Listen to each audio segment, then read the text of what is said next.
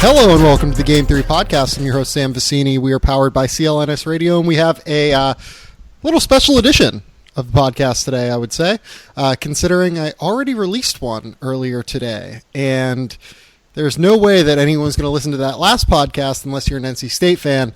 So, the news here is that DeMarcus Cousins has been traded. Anytime that a top 10 player in the NBA is traded in the middle of the season, and I can't remember the last time that something like this happened, I feel like you have to have a special emergency edition of the podcast. So with me here is Dieter Kurtenbach over at Fox Sports. He has wrote up a big thing on this deal.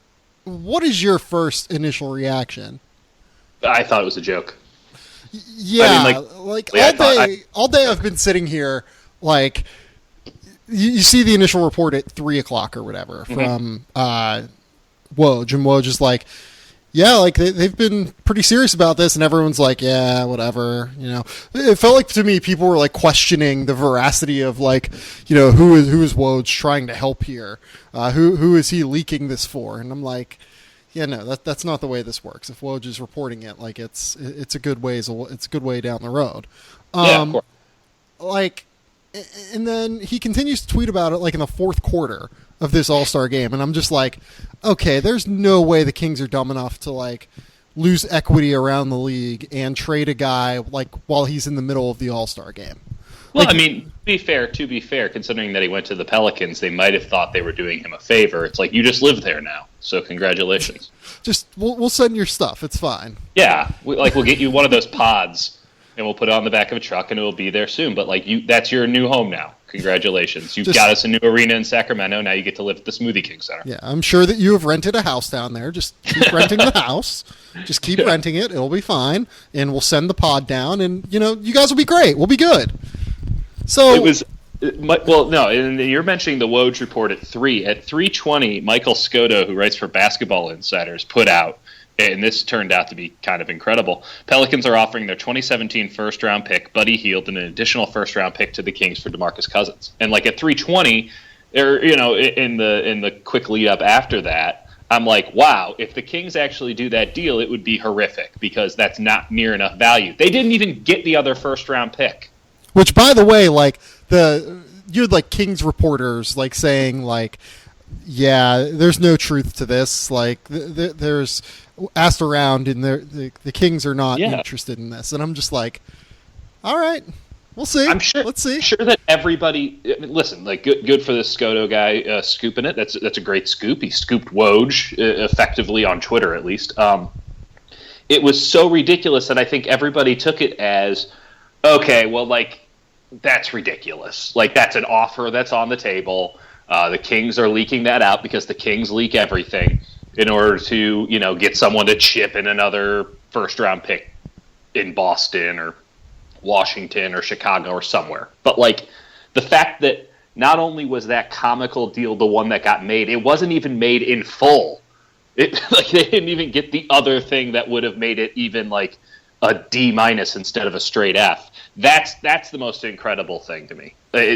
Not only that, but they added the guy who might be the second best player in this trade right now. Yeah, no, seriously, like Tyreke Evans, who might get bought out. I mean, there's a question if that's going to happen. They're definitely going to buy out Langston Galloway. Like, yeah, hold on, real quick. Let me say the particulars of the trade before we get into this. It's a doozy. It's the Pelicans get DeMarcus Cousins and Omri Caspi. Mm-hmm.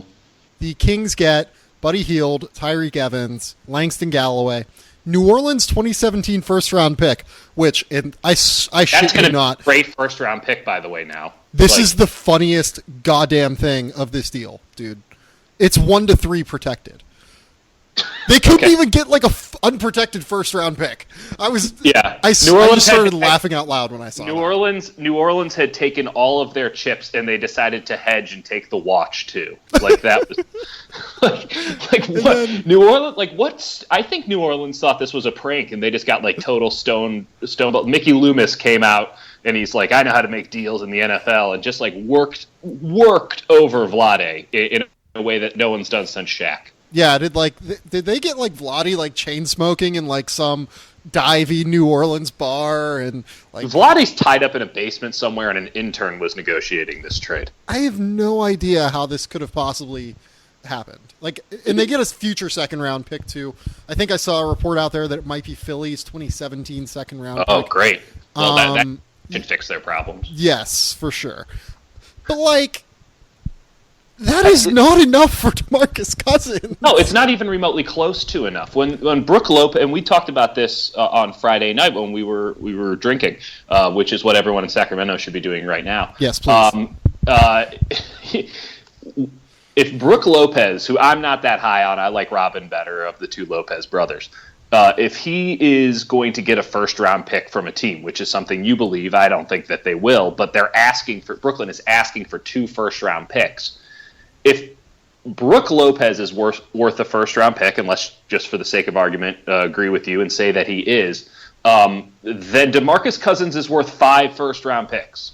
Like, it would be impossible to give the amount of picks up to make that even. And yet the Kings decided that Buddy Hield, who wouldn't be a top 20 pick in this upcoming draft or the draft prior to the one he was selected in my opinion, 2 guys that they're going to buy out, and 1 first-rounder is enough. What did Boogie kill somebody and they have to, like, separate themselves as soon as possible so they don't get charged as well? So, yeah, like, this is my question. Like, did something happen behind the scenes that, like, made this a necessity immediately? Like, it has to be, right? They've been nothing but drama for 36 frickin' months. I mean, it would have to be something really serious. And listen, now the Kings are going to go full scorched earth with Boogie. Every bad thing that he's ever done, and we know it's Boogie. There's a ton of, emotional turmoil and nonsense that's happened behind closed doors in Sacramento. I mean, that stuff leaks out now. Imagine what it's going to do in the upcoming days. Everything is on the table. I mean, they've already had their broadcaster carrying the water for them and saying that any person who's played with Boogie over the last 7 years, or most players that have played with Boogie over the last 7 years have hated him.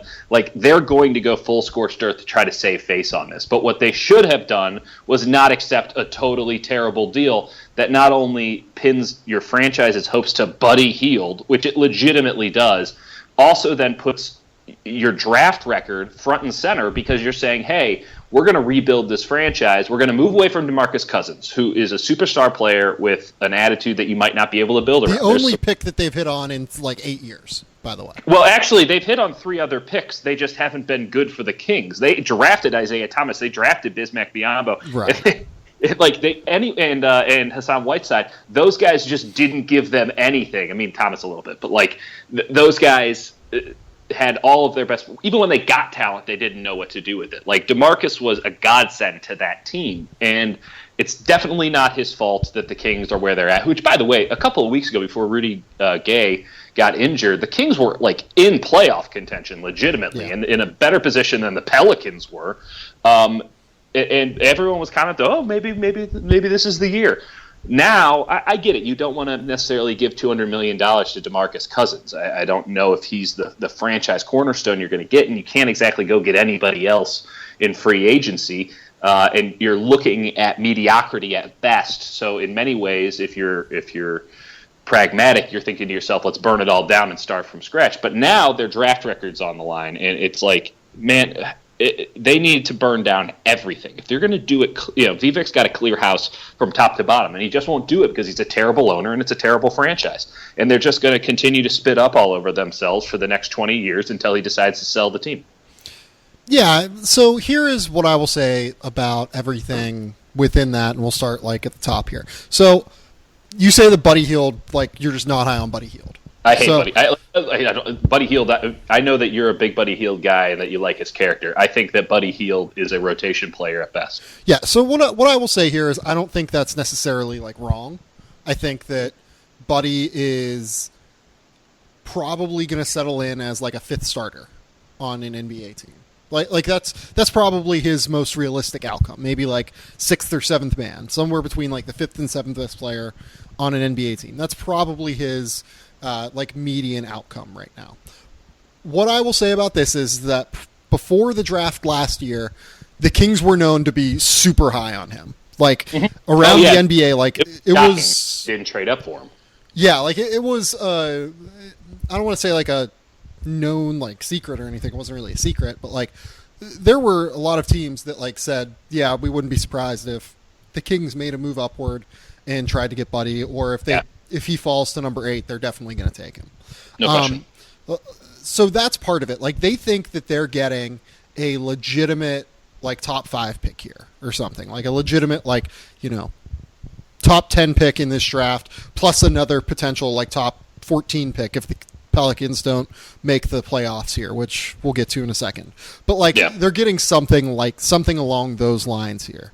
Okay. So from their perspective, that's what this is. Plus, you get nothing else, really. But that's still not enough for DeMarcus Cousins, in my opinion, first and foremost. Oh, like, okay.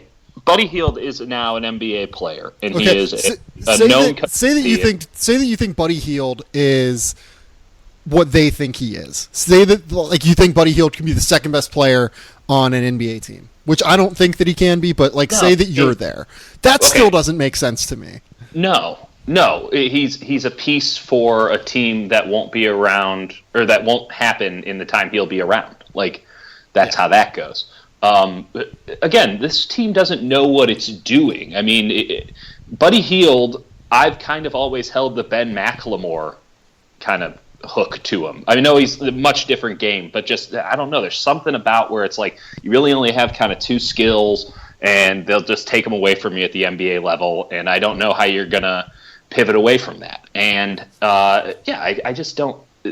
I think that the people who are high on Buddy Hield see him as like C.J. McCollum, and the people who are insane about him think he's going to be the next Klay Thompson. And I just don't see it in any way, shape, or form. And there's no logic. They clearly think he's Klay Thompson. I mean, the Kings would have to think he's Klay Thompson in order for him to be the centerpiece of this deal, because the first round pick, which I guess we'll just get into, like, that isn't enough. That's not even close to enough. You would need 3 or 4 of those. So right now, the Pelicans are, I think, 2.5 games out of the playoffs. I think they probably get that seed. I think they probably get the 8 seed.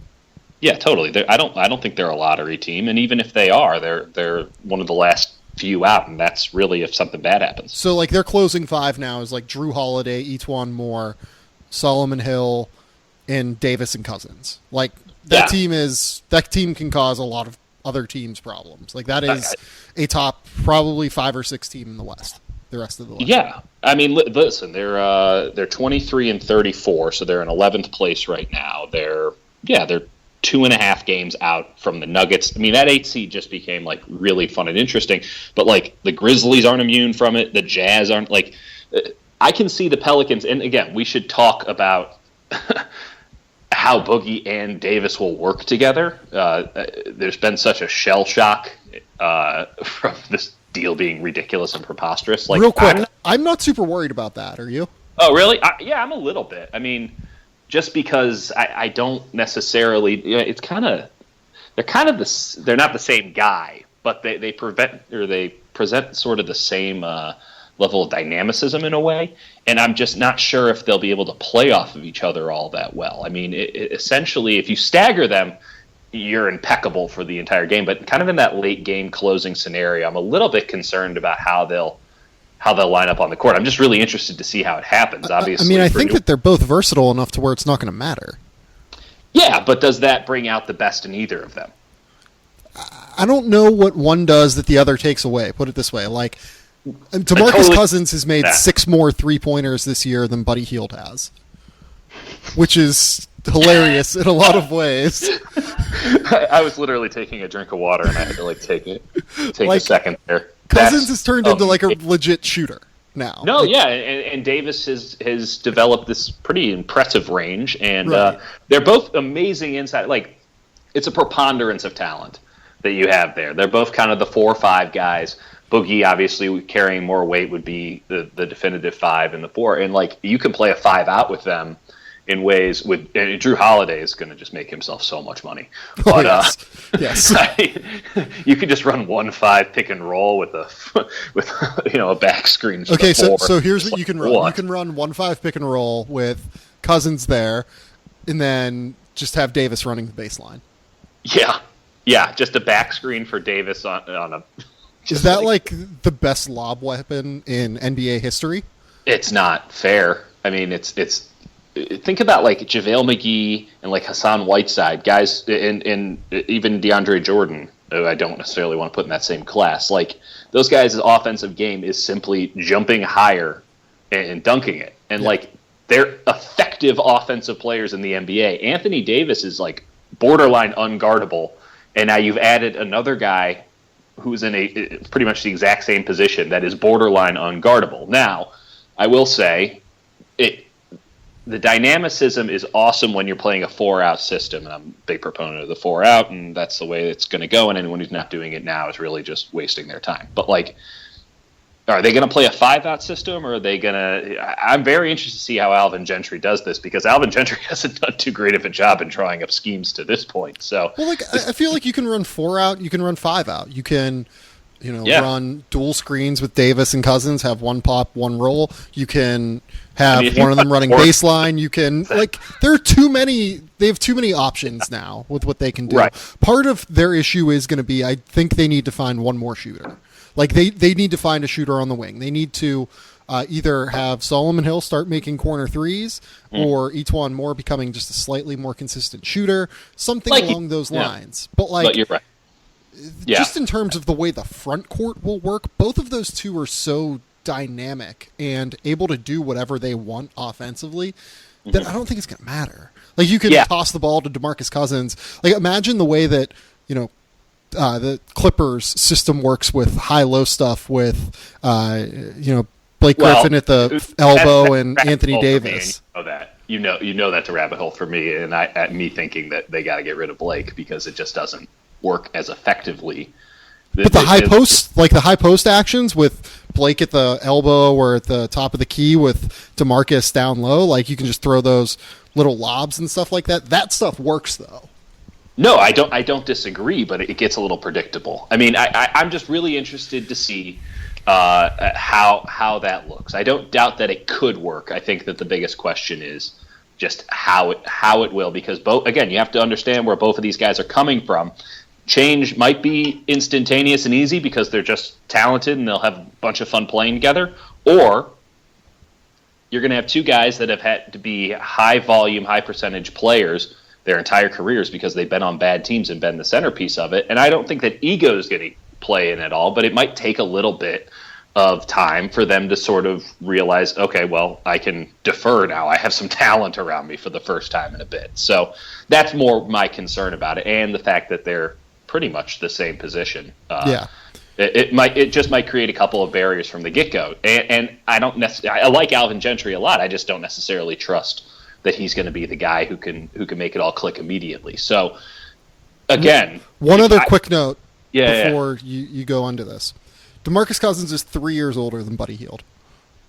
No, I mean, listen, this is why I'm not big. This is why I'm not big on Buddy. Like, what was Buddy before last year? Before last year. He was the Big 12 Player of the Year, like his junior year. Like, he was a really good player.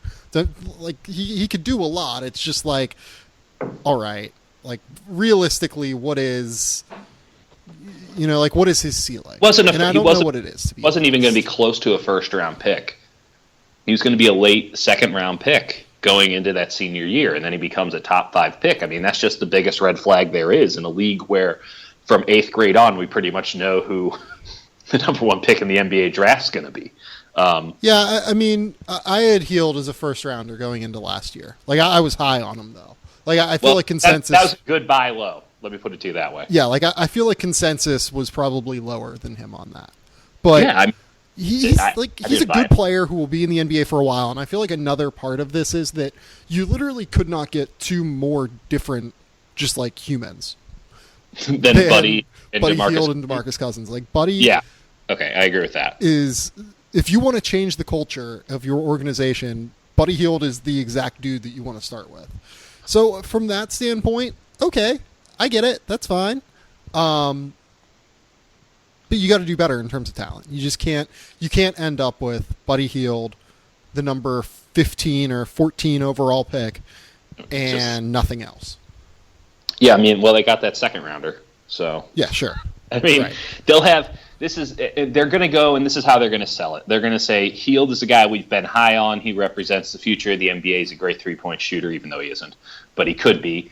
He could turn into a really good two-way player. I'm certain that Klay Thompson comparisons will come up. Which is just ridiculous to me. But, hey, I like to think optimistically every now and again.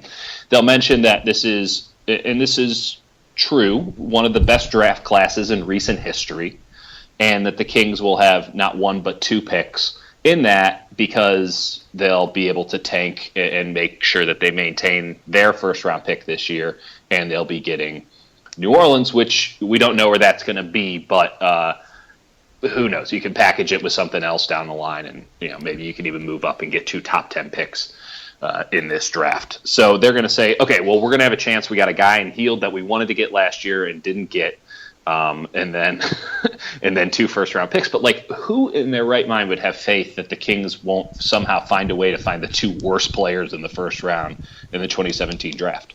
Well, hey, over the last 2 drafts, they've done an excellent job of getting their center of the future in Willie Cauley-Stein and Nick Papagiorgio. When Jimmer Fredette looks like one of their better draft picks, it shows you how bad they are at drafting. They don't understand what they're doing. And okay.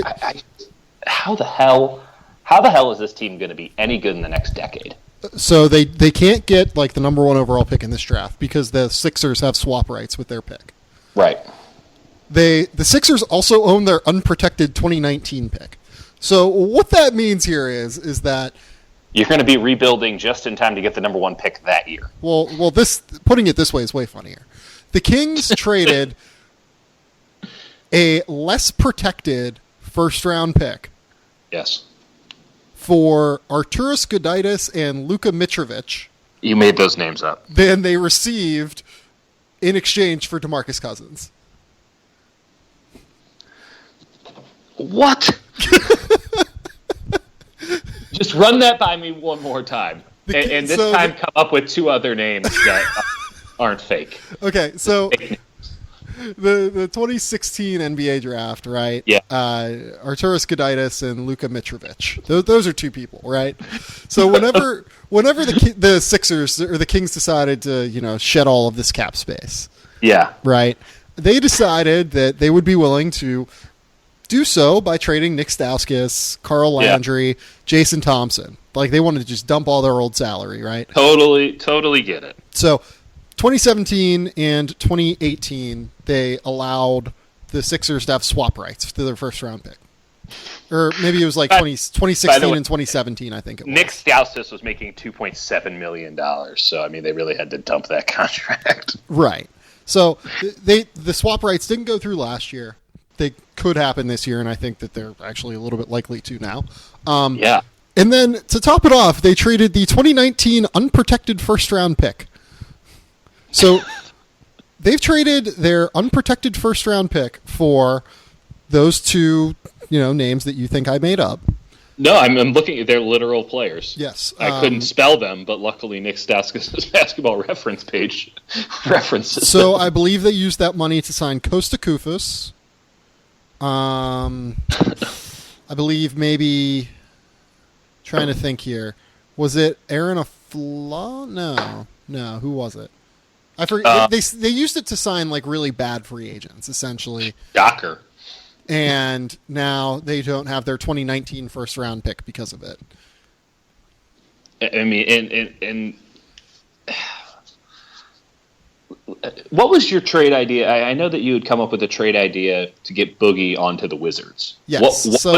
What was the lowest logical offer you had thought up? Otto Porter, Kelly Oubre, and 2 firsts. Okay, so you're going to get Otto Porter, who is objectively awesome this year. Yes, he's Kelly a top Oubre, 25 player in the East. That's I think DeMarcus Cousins is worth. Yeah, and by the way, that was a lowball offer. Otto Porter, had to be involved in that deal. Yeah. Kelly Oubre, who can jump. He's been pretty good this year as a small ball 4. He's been useful for them. Yeah, he can play in the NBA. He is at least as good as Buddy Hield. And then anyone else in that? 2 firsts, I said. 2, yeah. I mean, because you figure that like those 2 firsts are probably, just given the reality of where the Wizards are already, it's probably like the 25th overall picks. Yeah, so it's probably about the same as the pick. Best case scenario, 20. I mean, like 20 to 25, and hey, that's something. And then you have Porter, who, isn't Porter coming up at the end of this year? Isn't his deal up? Yeah, he's going to be restricted. I mean, they're going to be able to max him. It's going to be a max deal, Yeah, I mean that's I don't think that if we were to have discussed this yesterday and you were to have put that deal on the table, that I would have accepted it standing in as the Sacramento Kings. It would have been enticing. I think it might have been the best offer available. But like with Boston looming out there and just all those assets, and I understand that Boston might have been lenient or reticent to go in on Boogie just because of the attitude or whatever. Well, but the thing with Boston is that like for them, there's genuine opportunity cost where they'd be using their assets on Cousins versus on another superstar, right? Like it sounds like the Butler thing has at least a margin of tread to it. So so like Jimmy Butler, Paul George, is a lot more for them. Yeah. Which, by the way, Paul George should come up, but yes, I agree with that. But another conversation for another day. Yes. So what you're talking about there is just you need to figure out if Cousins is the guy. The Celtics absolutely decided he's not. If you're the Pelicans, though, and you don't really have like a ton of ways to get better. Yeah. No, this is a slam dunk for the Pelicans in like 100 different ways. Like, it's a risk, don't get me wrong. This is not it might not work. But I mean, the last deal that people felt this way about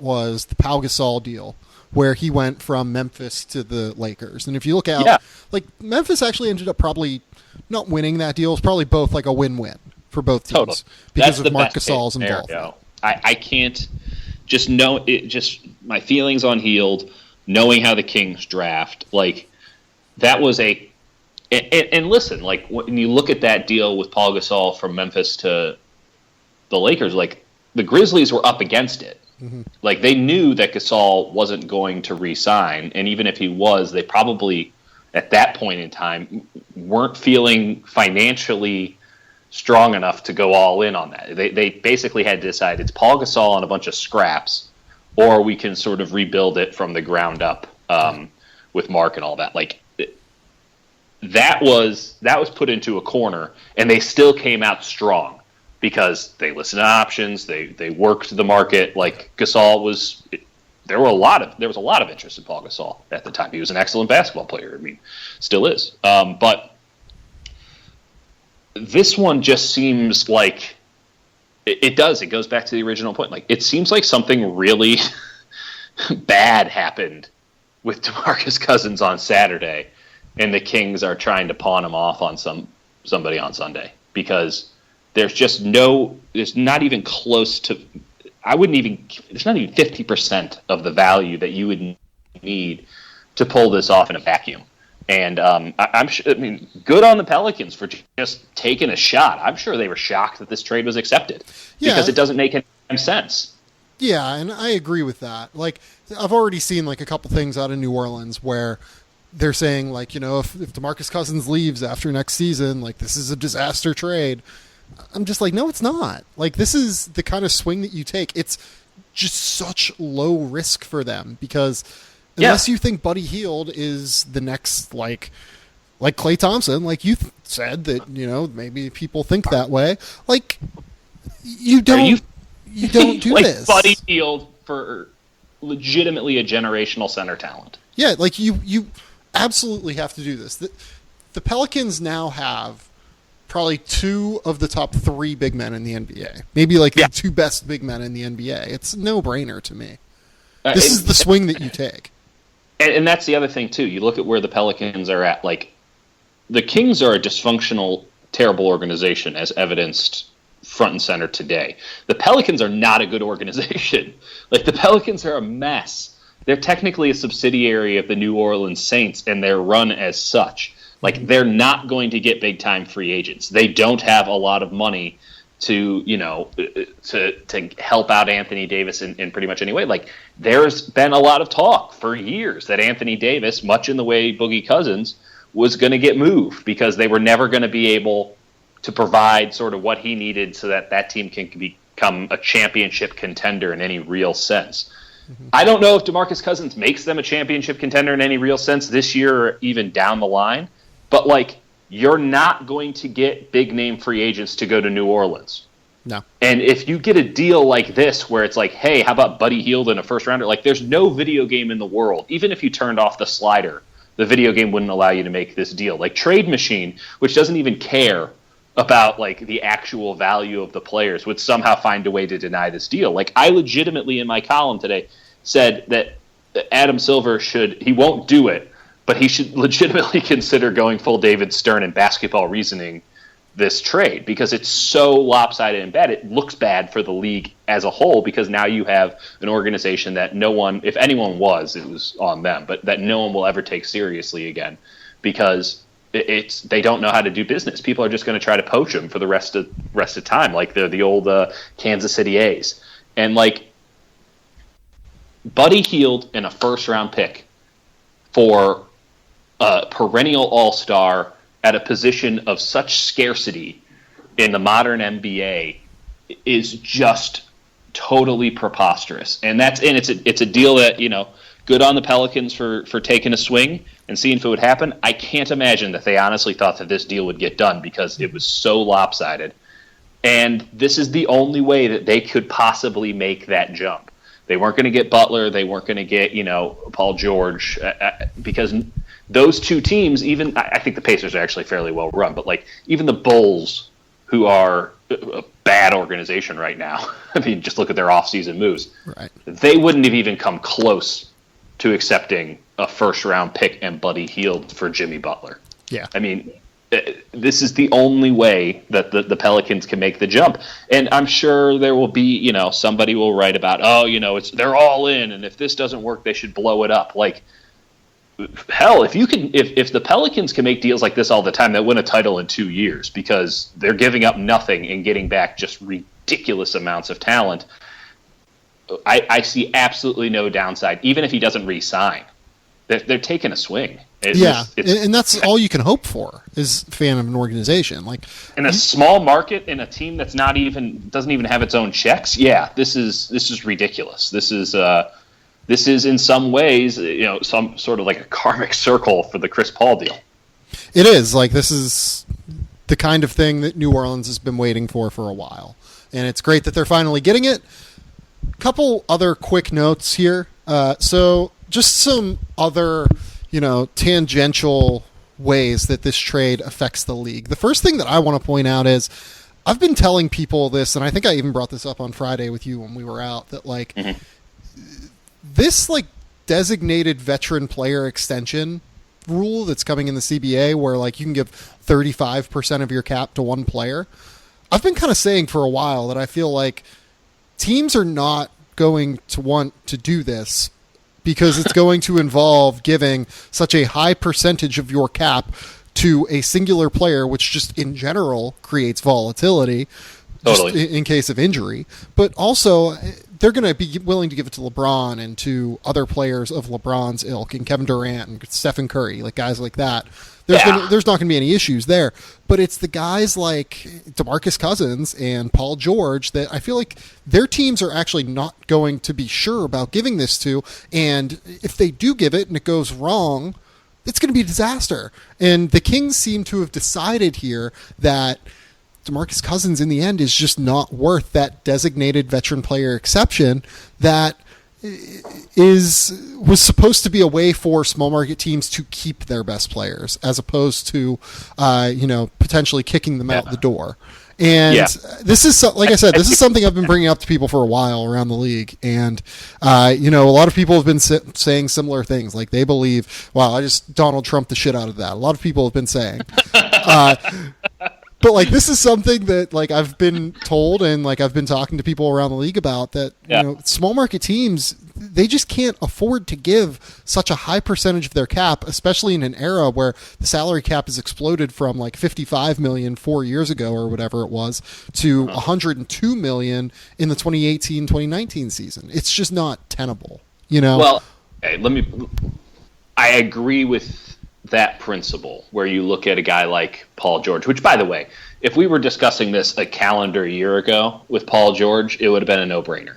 So it's the small market team in Sacramento, but like Cleveland was a small market team before LeBron James showed up. And now it's a big market team because LeBron James is on the team.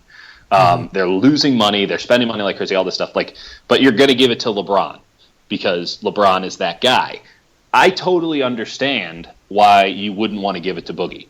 But if not the Sacramento Kings, who? I mean, no one in their right mind would give it to him except for, the smallest market, the least financially flexible. Like that's right. And part of this is too, like, only the team that drafts you can give you this money. Right. So like it is literally just to keep these players in their markets, in their small markets. I totally agree, but like at the same time, like, listen, I would not be if I'm the Golden State Warriors, because it's a percentage of the cap and not just raw money. And mind you, for them, it's a lot different because they're just going to operate over the cap forever and ever. Yeah, like they're 100% giving Steph this money. I know, but that could be disastrous. It could be. This is a guy with ankle injuries when he was younger. A guy with ankle injuries who we saw how ineffective he can be with his style of play when he's slightly injured, as he was in the NBA Finals and playoffs. Like, and he'll be getting older. Yep. So, like, how much more pop's he going to get? Like, I would be really wary. Now, you're going to do it because you got to do it. But, like, Paul George, same thing. If the Pacers don't want to give him that money, fine.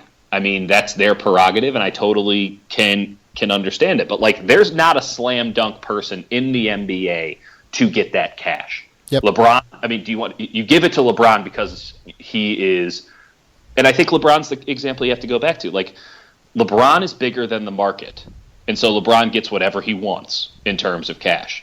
Like, that's the kind of talent that they're looking to keep in with the 35%.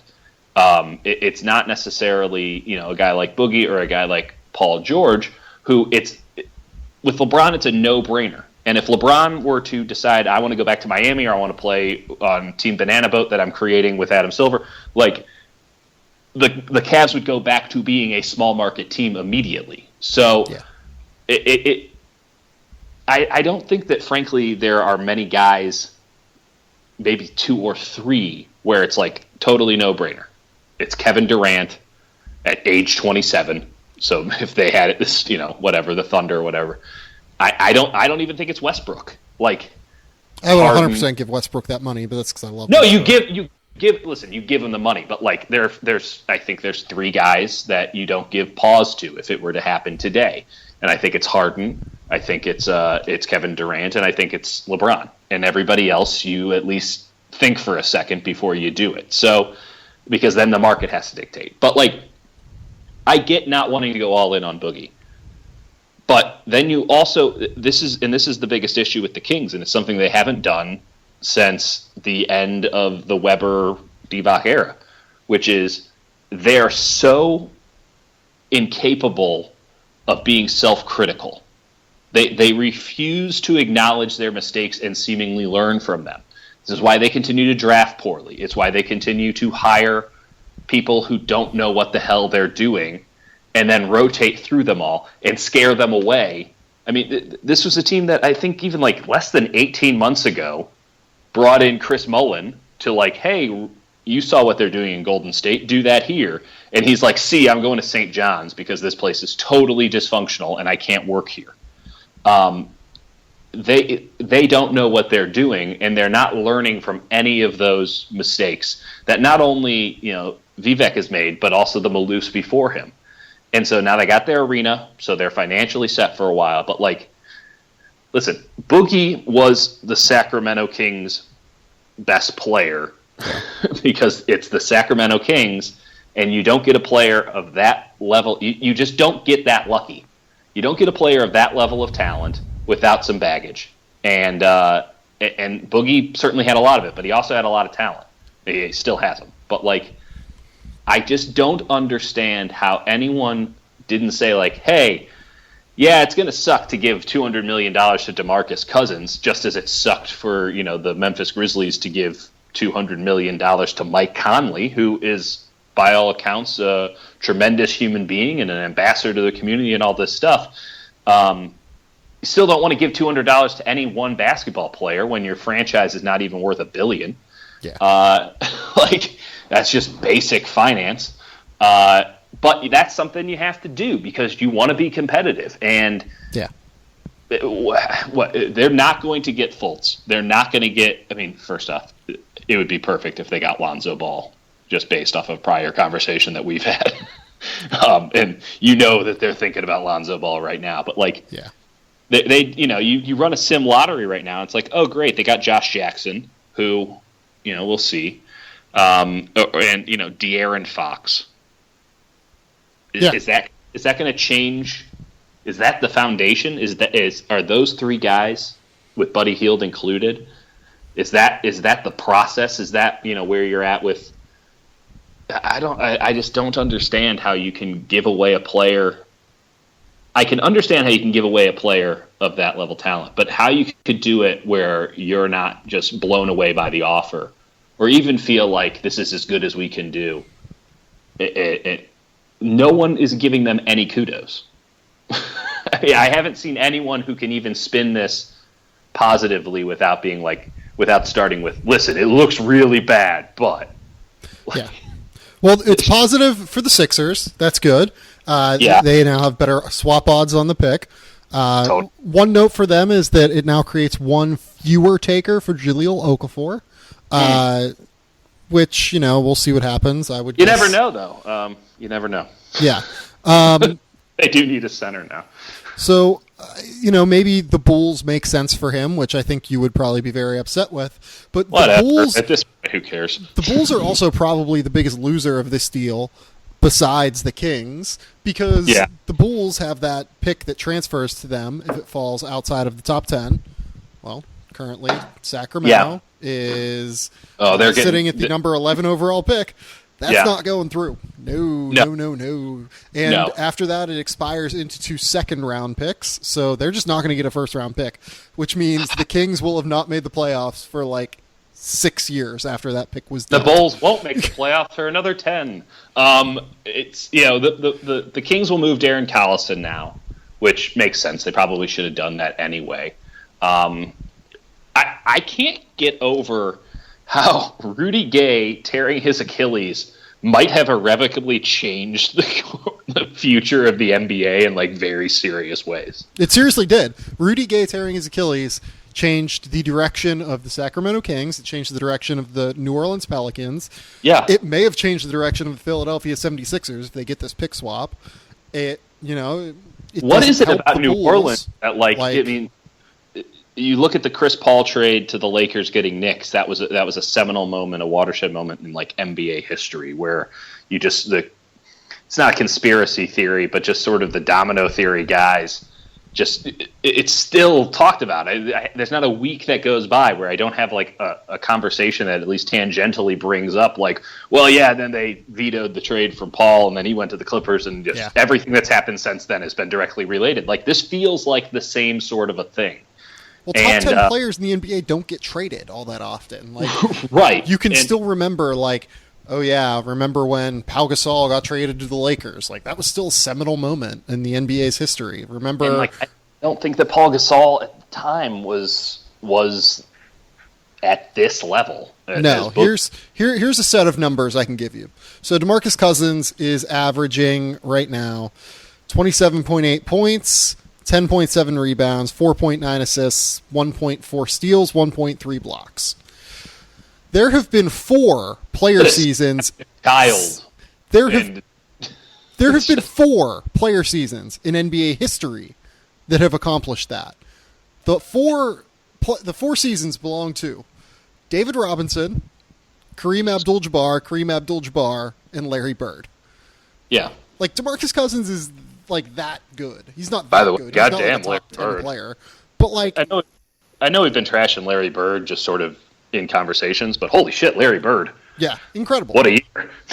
Like, he was an incredible basketball player. No, we all know that, but like that line's incredible. Yes. And like, all of these guys are seminal top 50 players in NBA history, probably more like top 30 players in NBA history. In Kareem and Larry Bird's case, top 10 players in NBA history.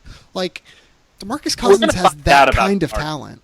No, there's no question. Everyone knows that DeMarcus has all the talent in the world. And I don't think he's like a self-destructive player in any real heavy sense. He can't get out of his own way. Now, I am totally fascinated, and it kind of sucks that he didn't go to like a more stable organization, to be frank.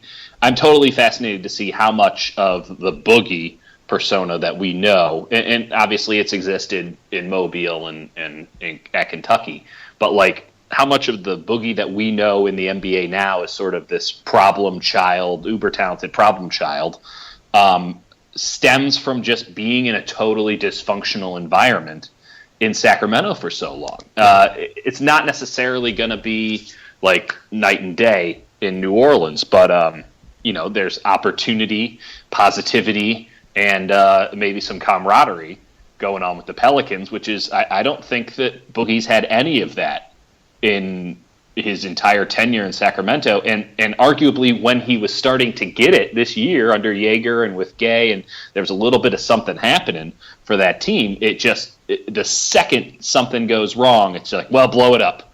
I mean, so I'm really interested to see how he, not even just as a basketball player, which is enough to fill books in terms of interest, but like also as a person and just someone who has to interact with others as a part of his job, changes in this environment. It'll be really fascinating. And like Anthony Davis has to be the happiest son of a bitch on the planet right now. Yeah, no, I agree with that 100%. Is there anything else you want to talk about on this deal before we get out? Buddy Hield is not a good player, and I'm not sure how anyone can think that he's going to turn into Klay Thompson. I legitimately hope, from everything that you've told me, as someone who knows him 1,000 times better than I do, I've never heard a bad word said about Buddy Hield, the man. So I genuinely hope that this trade becomes a win-win for the Sacramento Kings, and that Buddy Hield turns into everything that they clearly think that he is. But no, he is. That's just not going to happen. It's not going to happen. And this first round pick, they're not going to get luck on their side. I mean, this is if I'm a Sacramento Kings fan, I know there's not a lot of them, but the ones that I know, I'm out. I'm getting out. Yeah, getting off this team entirely, and I can come back at any point because there will be plenty of room when I start to see an upswing. But like, I'll drive the 80 miles to Golden State. Like, there was no reason for this to happen. Yeah, and it's really sad that, listen, it's a small market, and bad stuff happens to small markets. It's a dog eat dog world and all that stuff. But it's really sad that the Sacramento Kings just, not only can they not get lucky, anytime that they think they get lucky, it turns out to be, a snake in the weeds. It's really bad. Yeah, I feel for the fans of Sacramento. Absolutely. It's just not gonna work out well. Do you think that any of them are like, I kind of wish the team had left? No, because, I don't think so. Right now, I mean, by the way, like, I think I'm just going to get in on Kings season tickets right now, just as a buy low option. And maybe I'll hold on to them for the next 25 years. But they're an investment. Yeah, a bad investment. I just can't believe, like, I'm waiting for Woj or someone to be like, oh yeah, by the way, it's a 3-way deal, and they're also going to get another, viable role player and another first round pick. Yeah. And by the way, this is not going to look particularly good for the Kings organization just within the league, just because, like, if you believe what Mark Stein was reporting, and I have no reason not to believe Mark Stein.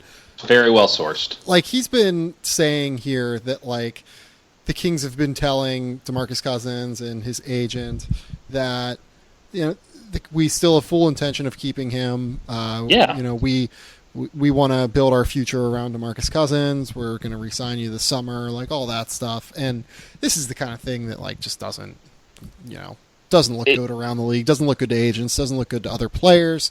It just does not. It's not a good look. Also trading more first-round picks, or getting fewer first-round picks for DeMarcus Cousins than the Nuggets got for Timofey Mozgov is also not a good look. I also just don't baseline understand taking back Tyreek Evans and Langston Galloway at all. I mean, other than salary matching and stuff. Tyreek's just up in the year, up at the end of the year. That was the salary match deal. I mean, it's you can't have them toss in anybody. Oh, also, real quick, why the hell are the Kings trading Omri Caspi in this deal? He could actually bring you something of value. If you want to sell him, sell him. There are so few wings around the NBA right now who can play the 3-4 and shoot. You just tossed them into this?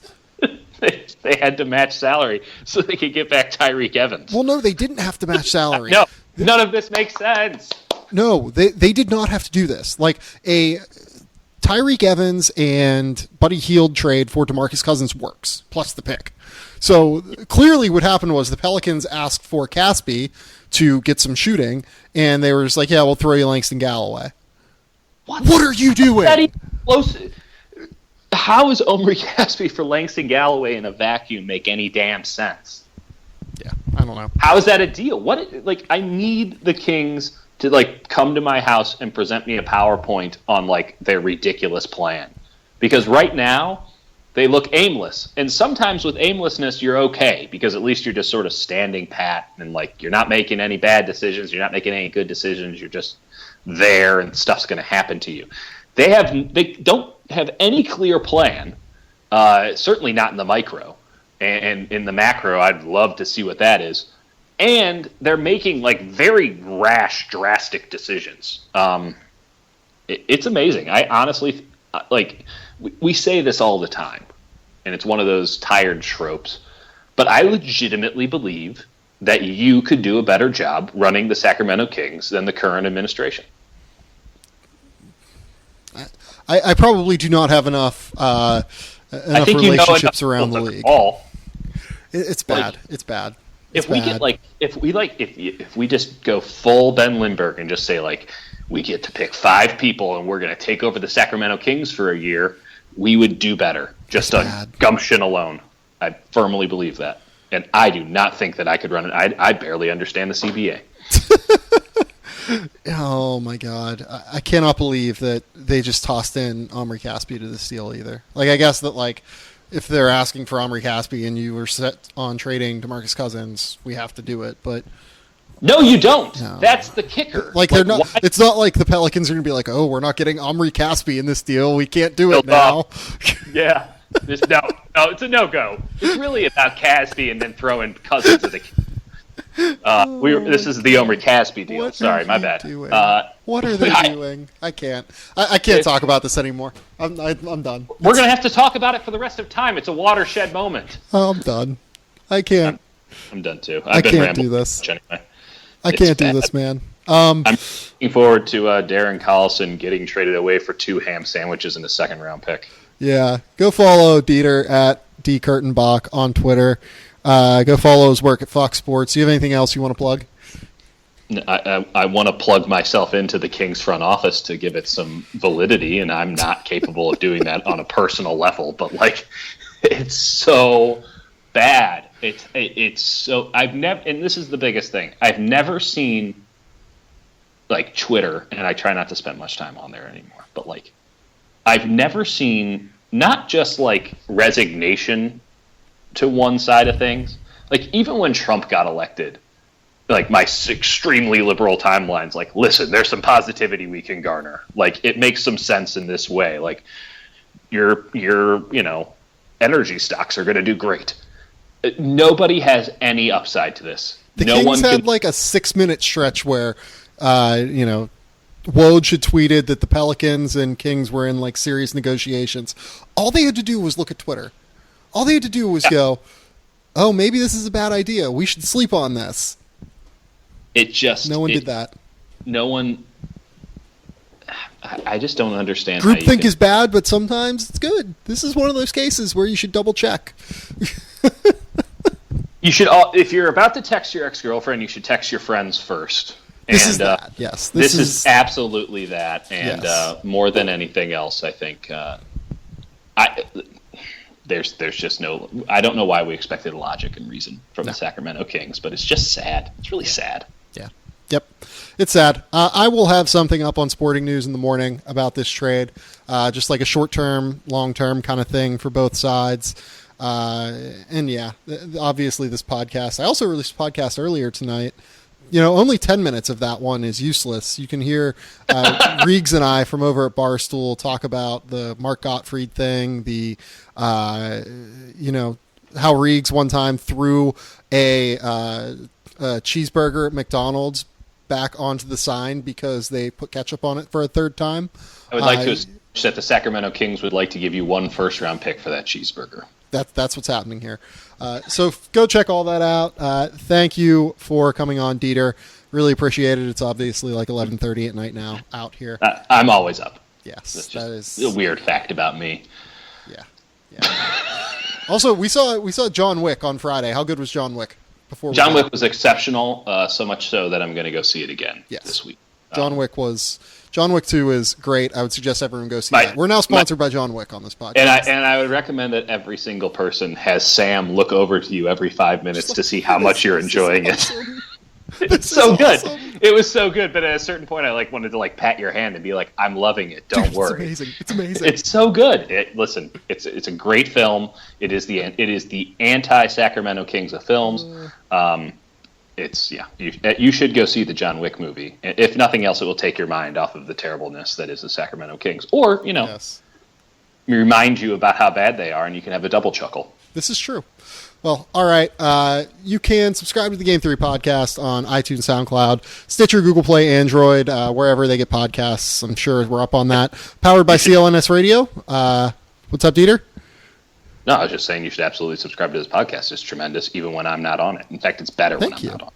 I don't know about that, but I appreciate everyone for listening. And until next time, this will probably be the last one until Wednesday. We will talk soon. Bye.